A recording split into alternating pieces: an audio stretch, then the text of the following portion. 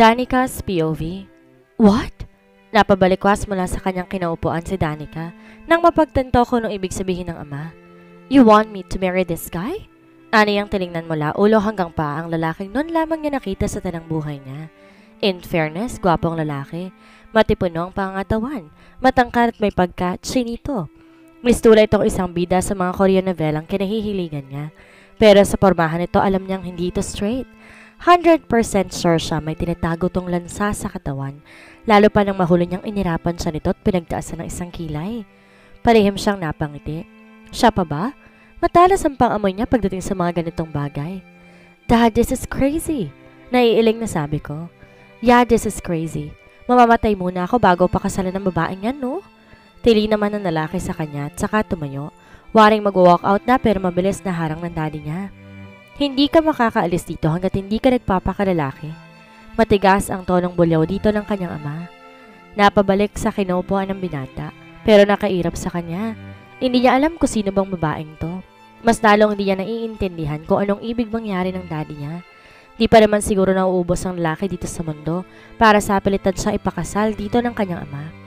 Natatakot na ba talaga itong tumanda siyang dalaga? She's only 23.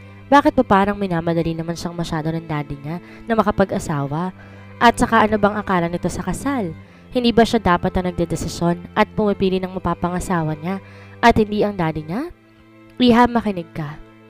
Ngunit bago pa nito ituloy ang sasabihin, isang mariing no ang sagot niya. Tsaka nagmamadaling tumakbo sa kanyang kwarto para magkulong. Ano bang akala ng daddy niya sa kanya? Mahal niya ang kanyang daddy. 12 years old pa lamang siya nang mamatay ang mommy niya sa sakit na cancer of the lungs. Kaya ang daddy niya nang tumayong ina at ama para sa kanya. Di na nga ito muling nag-asawa para lang maibuhos ang buong pagmamahal sa kanya. Natatandaan niya nung 15 years old siya, may pinakilalang girlfriend ng daddy niya sa kanya. Sa galit, 1 week siya nitong hindi kinausap. Nalaman na lang niya na nakipag-break ito sa girlfriend para lang sa kanya. Kapag naiisip niya yun ngayon, nagigilty siya sa pagiging selfish niya noon. Sana pala hinayaan na lang niyang mag-asawang muli ang daddy niya. Deserve din naman itong lumigayang muli. Ngayon namang gustong-gusto niya itong magkaroon ng girlfriend, parang di na to interesado. Sa halip, siya ang pinipilit na mag-asawa na. Gusto na raw kasi nitong magkaroon ng mga apo bago man lang ito mamatay. Kinikilabutan nga siya kapag sinasabi ng daddy niya sa kanya. Hindi yata niya kakayanin kapag pati ito ay nawala. Anak? Nagtulog-tulugan siya. Hindi ako aalis dito hanggat hindi mo ako kinakausap. Dinig niyang sabi nito sa labas ng kwarto niya. Napabuntong hininga siya ng malalim. Ewan ba niya kung bakit di niya kayang tiisin ng daddy niya. Siguro dahil alam niyang buong buhay nito ay wala itong ginawa, kundi ibigay ang lahat para sa kanya. Noong college siya, nag-ahente ito ng mga lupa. Pagkatapos ito sa trabaho para lang maitaguyod ang pag-aaral niya, mabayaran lahat ng pagkakautang nila. Noon kasing magkasakit ang mommy niya na isanla ng mga ito. Lahat nila bang ari-arian, pati na rin ang bahay at lupang tinitirhan. Nasa ed na rin ang savings ng daddy niya, ngunit dahil sa sipag at syaga nito, unti-unti rin itong nabawi ang lahat ng mga naipundar nito. In fact, ngayon masasabing napaka-stable na ng buhay nila. Maganda ang takbo na negosyo ng daddy niyang talyer. May 3 itong branch sa ngayon. May mga naipatayo rin itong mga apartments malapit sa U-Belt. Meron din itong malawak na farm sa Batangas. Kung tutuusin, maalwan na almalwan na ang pamumuhay nila kung ang standard ng simpleng buhay ay ang pagbabasihan niya. Di naman sila maluho. Pero kahit papaano nabibili naman niya ang mga bagay na gusto niya. Binuksan niya ng bahagya ang pinto at saka sinilip ang ama sa maliit na siwang noon. What? Anak, pakinggan mo muna ang paliwanag ko. Gusto ko lang namang masiguradong nasa mabuti kang lagay bago man lang ako mamatay. Kaya ipapakasal mo ko sa baklang yon? Hindi makapaniwalang tanong niya sa ama. Anak, binuksan niya ang pinto ng kwarto. Ibig sabihin ready siyang pakinggan anuman ang ipapaliwanag ng daddy niya tungkol dito. Pero hindi ibig sabihin magpapahinuhod na siya sa kung ano man ang gusto nito. Siya pa rin naman sa palagay niyang dapat na masusunod pagdating sa buhay niya.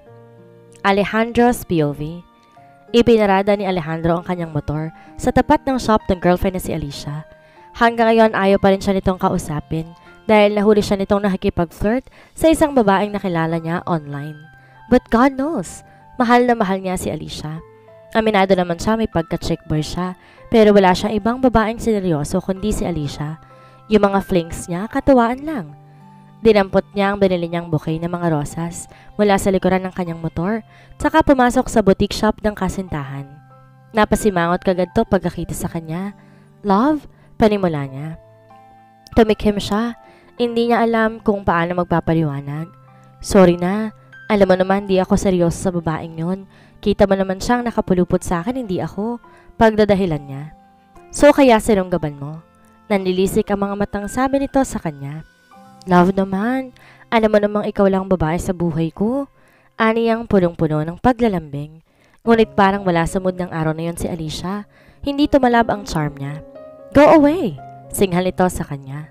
I don't want to see your face. Anitong tinulak pa siya palabas ng shop. Alicia!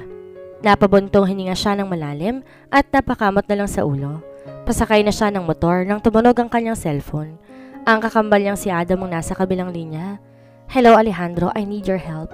Si Papa, pinipilit ako ipakasal dun sa anak ng kaibigan niya. I can't. Tumitiling sabi nito sa kanya. Alam niyang kahit anong pilit ang gawin niya, never ako magiging lalaki. Well, I cannot do anything about it, Adam. Kung yun ang gusto ni Papa eh. Ani niya sa kapatid. Talaga lang ha? Kung sabihin ko kaya kay Papa na ikaw magpapakasal sa babaeng yun. Nagpapanik na sabi nito sa kanya. No way! Over my dead body. Mariing pahayag niya. Adam's POV. Para nang maiiyak si Adam habang hinihintay lumabas ang mag-ama. Hindi niya alam kung anong pinag-uusapan ng mga ito, pero maasa siyang hindi sana pumayag ang anak nitong maikasal sa kanya. Hindi niya maintindihan ng papa niya kung bakit siya nito pinipilit na mag-asawa. Lalaki nga ang type niya. Maluhaluhang tinawagan niya ang kanyang kakambal na si Alejandro. I can't believe this, Alejandro. Anong akala sa akin ni Papa? Isang burger na pwedeng ipalafang kahit kanino? Dinukot niya ang kanyang pamaypay mula sa dala niyang bag. This is so stressful. My gosh, Alejandro. I can't imagine myself with a woman. Napapabilis ang paypay niya. Para siyang masusuka habang iniisip ang kasalang sinet up ng papa niya at ng kaibigan nito. Paniguradong magwawala ang boyfriend niyang si Basti kapag nalaman nito na gusto siyang ipakasal ng papa niya. Gusto ka maging lalaki ni Papa, kaya nga niya ginagawa yan. Which is impossible. Kahit nga siguro wala ng tao sa mundo, hindi ako magkakagusto sa babae. Adam, alam mo naman ang kalagayan ni Papa. Wag na wag mo sana siyang bibigyan ng sama ng loob. Sabi ng kakambal niya sa kabilang linya. Napasimangot siya. Madaling sabihin sa'yo yan, porque hindi ikaw nasa sitwasyon ko.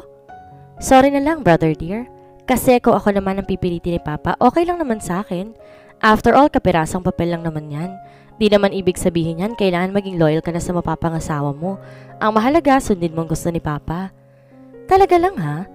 Kung sabihin ko kaya kay Papa, ikaw na lang ipilitin niyang ipakasal sa anak ng kaibigan niya. No way! Over my dead body. Mariing sagot ni Alejandro sa kanya. Alam mo namang may girlfriend na ako, no? Bakit? May boyfriend din naman ako ah. Yamot na sabi niya sa kakambal. Pinindot na niya ang end button nang lumabas muli ang mag-ama. Tumuwid siya ng upo. Mapapatay siya ng papa niya kapag babakla-bakla siya sa harapan ng kaibigan nito. Kaya hirap na hirap siya, pinipilit niya pa rin magpakalalaki. Pero may mga pagkakataon talaga na hindi niya mapigilan, lalo pat may pagkamaldita ang anak nito. Pinagtaasan niya ng isang kilay ang babae nang pasadahan siyang muli ng tingin nito. Ula-ulo hanggang paa. Feeling mo? Hoy girl, mas maganda ako sa'yo. Gusto sana niyang sabihin dito.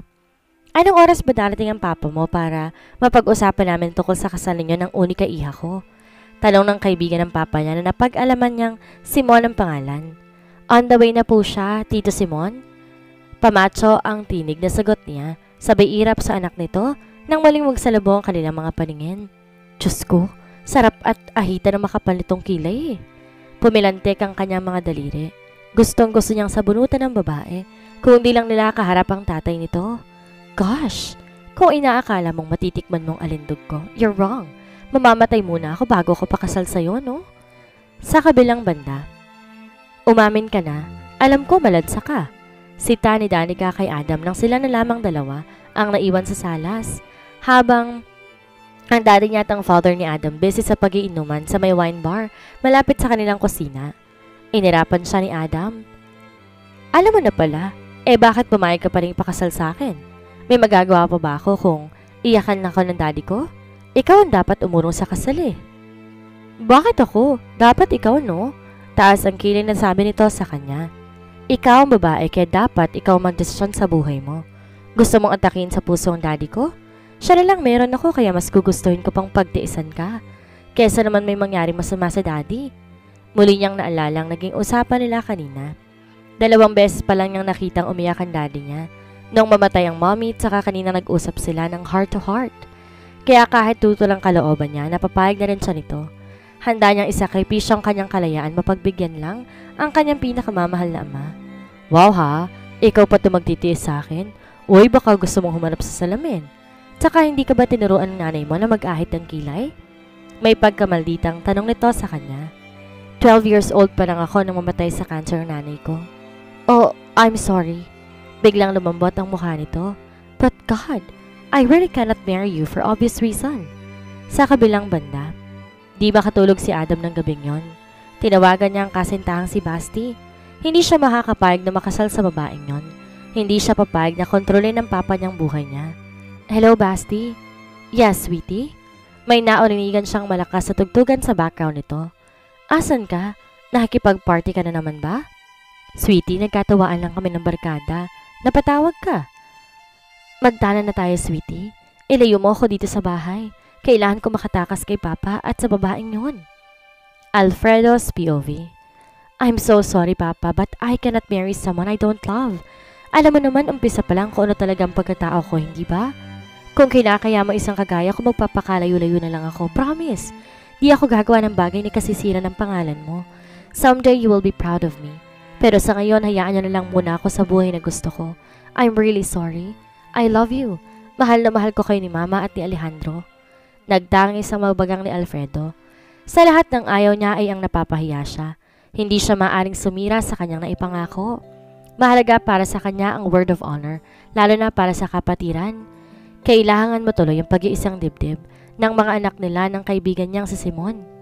Or else masisira siya. Hindi lang dito kundi maging sa iba pa nilang mga kaibigan. Muli niyang naalala ang kanilang naging kasunduan 27 years ago. Bilang tanda ng ating brotherhood at upang maging tuloy-tuloy ang fraternity nating to, nangangako ko na hindi ko papayagang mag-asawang kambal ko kung hindi na lang isa sa mga anak ninyong makakatuluyan ng mga to. Mariing pahayag ni Alfredo. Kumuha siya ng blade, pinasadahan ng isang daliri. Ang dugo mula doon ang ginamit niyang ink para sa thumb mark na sinulat sa kanyang kasunduan. Ako rin. Nangangako kung sakali mong magkaanak kami ni Arlene ng babae, sisiguraduhin kong isa sa kambal mo mapapangasawa niya. Sabi naman ni Simon, gamit ang blade, pinasadahan din ito ng isang daliri at tinakatakan ng sariling dugo ang kasunduang ginawa ni Alfredo. Ganon din ang ginawa ng iba pa nilang kasamahan sa kanilang fraternity. Natagal-tagal din siyang hindi active sa fraternity dahil nanirahan sila pansamantala sa Amerika. Ngunit paminsan-minsan nagkakausap sila sa telepono ng kanyang mga ka-brotherhood. Nalaman nga niya marami pa rin nagkatuluyan sa mga anak ng mga ito. 7 years ago, nag-decide silang bumalik ng Pilipinas. Ngunit doon sila nanirahan sa Davao, kaya bihira pa rin siyang makadalo sa mga pagtitipon ng mga to. Until last month, umattend siya ng 30th anniversary nila. Nagkausap sila ni Simon, napag-alaman niyang may 23-year-old tong dalaga. Nang ipakita ito sa kanyang picture ng anak nito, naisip niyang isa sa kanyang kambal na si Adam. Maganda ang anak ni Simon. Baka sakaling maging lalaking-lalaki ang binabae niya once makatikim to ng babae. Kaya nga nagkasundo sila ni Simon, ipapakasal nila ang kanilang mga anak sa lalong madaling panahon. Nalingon nga si Alejandro. Magbihis ka. What? Magbihis ka. What? Hindi ako pwede mapahiya.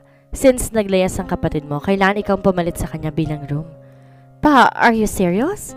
Ano tong di makapaniwala sa tinuran niya, tsaka naiiling na tinalikuran siya. No way! Ngunit mabilis niya itong hinila at sinikmuraan.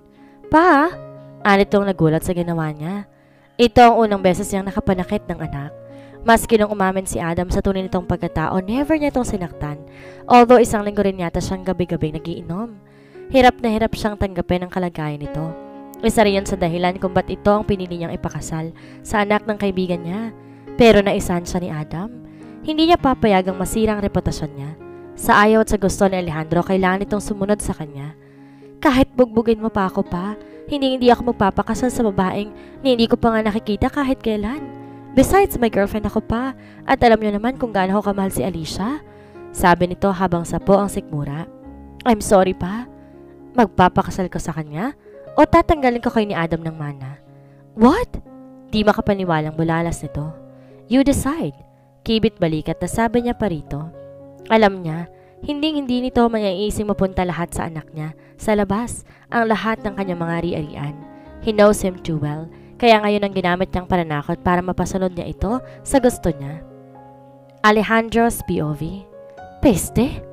Galit na binato ni Alejandro ang kanyang cellphone.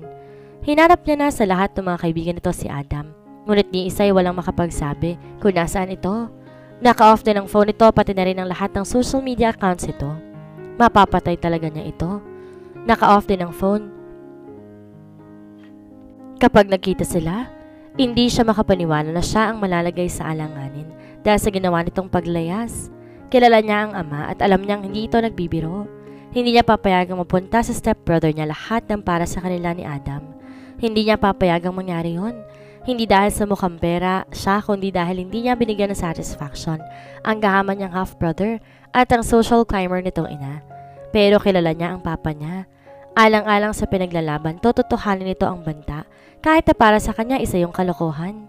Ano ba naman kasing pumasok sa utak nito para kompormisong kaligayahan ng sariling anak para lang sa kaibigan? Pero paano siya magpapakasal sa isang babaeng hindi naman niya mahal?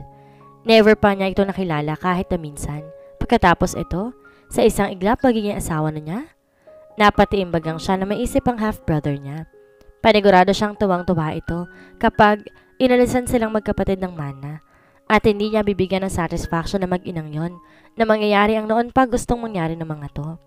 Peste Adam, where are you? Sobrang stress na siya. Saan ba nagtagong mokong na yon?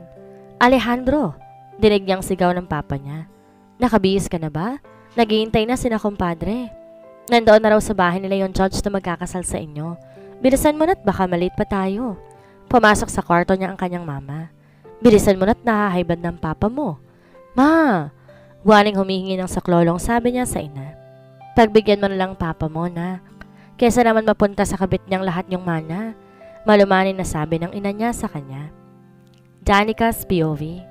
Akala ko ba hindi ka sisipot? Di ba nagkasundo na tayo? Nanggigigil sa Ines na si ni Danica sa anak ng kaibigan ng daddy niya nang dumating to sa bahay nila kasama ng parents nito. Tinignan siya nito mula ulo hanggang paa na parang nun lang siya nakita.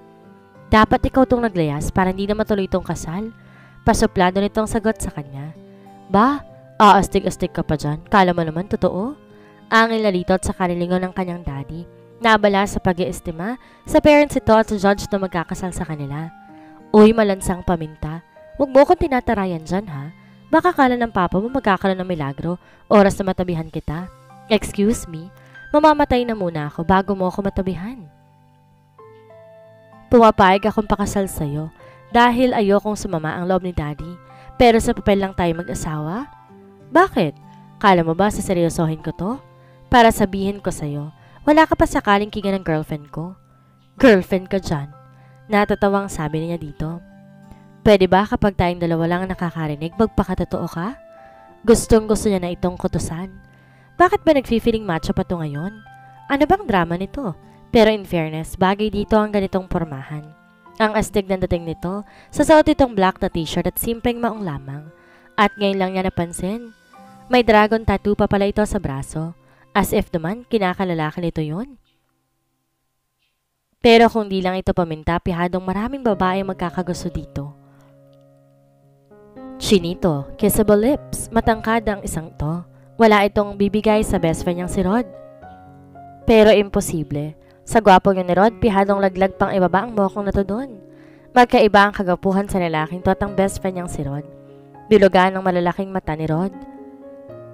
Indian kasi ang tatay, kaya ganun ang features nito. Pero hindi nagkakalayo ang pangangatawan ng mga to. Magka-height din, pareho silang matangkad. Bigla niyang naalala si Rod. Pihadong magtatampo to sa kanya kapag nalaman nito ang biglaan niyang pagpapakasal. Hindi ba lang niya to nasabihan? Sa bagay, kahit isa sa mga barkada niya, wala naman niyang nasabihan dun tungkol dito. Bukod sa inaasahan niyang dito sisipot sa araw ng kasal, nahihiya siyang ipagsabi na pinagkasundo siya ng daddy niya sa anak ng kaibigan nito na 3 days ago lang niya na-meet. Alejandro's POV. Kahit nasa aircon pinagpapawisan sa Alejandro, Never in his wildest dreams na naisip niyang ikakasal siya isang araw sa babaeng hindi man lang niya niligawan. In fact, ngayon nga lang niya nakita. Talagang makakatikim na suntok sa kanya si Adam kapag nagkita sila.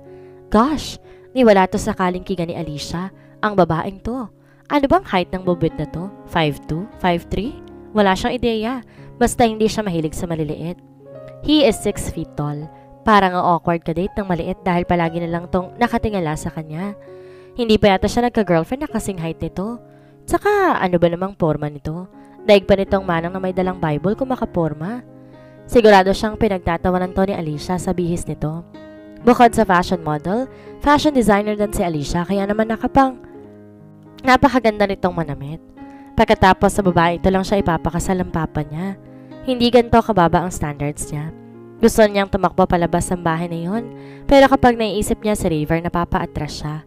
Parang may dumaga na mabigat sa bagay sa dibdib niya nang tawagin silang dalawa ng judge. Hawak ang marriage contract na pinirmahan nito. Pakiramdam niya, katapusan na niya. Ganito sigurong feeling ng bibitayin. Sa loob-loob niya habang nakatingin sa mukha ng mapapangasawa niya. Ni hindi man lang inahit ang makapal na kilay sa loob-loob niya habang nakatitig dito. Diyos ko naman, ano bang napasukan ko? Ano ba ang kasalanan na nagawa niya sa buong past life niya para parasahan siya ng ganito? Nilingon niya ang kinaroroonan ng ama. Naparanok siya na makitang hindi inalis ng papa niya ang pagkakatingin sa kanya. Subukan mo lang gumawa ng gulo dito. Tingnan ko lang kung magustuhan mo ang gagawin ko. Waring nagbababa lang sabi ng mga mata nito sa kanya. Napabuntong hininga na lamang siya ng malalim. Kusa itong naging panaginip. Gusto niyang magising sa lalong madaling panahon.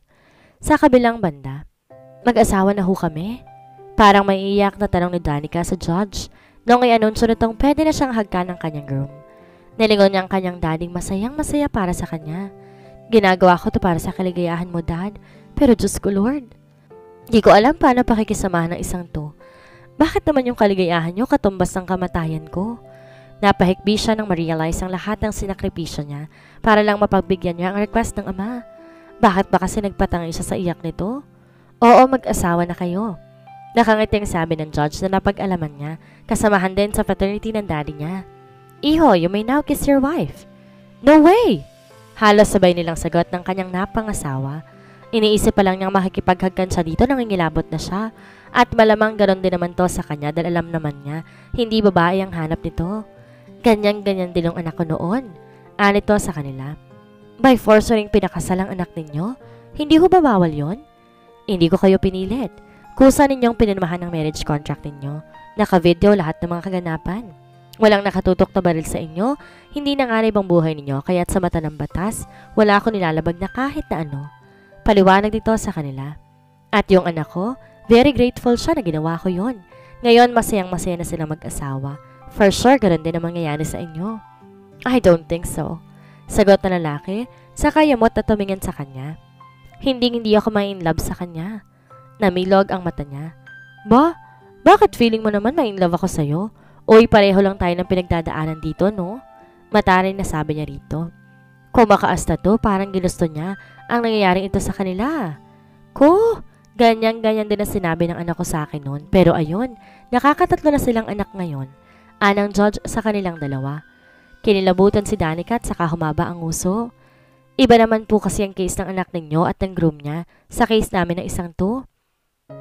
Ano ang gagawin ni Danica sa pagpapakasal niya kay Alejandro na inakala niyang si Adam? Tanging bangay na lang ba ang mangyayari sa kanila? Yan ang ating aabangan sa susunod na kabanata.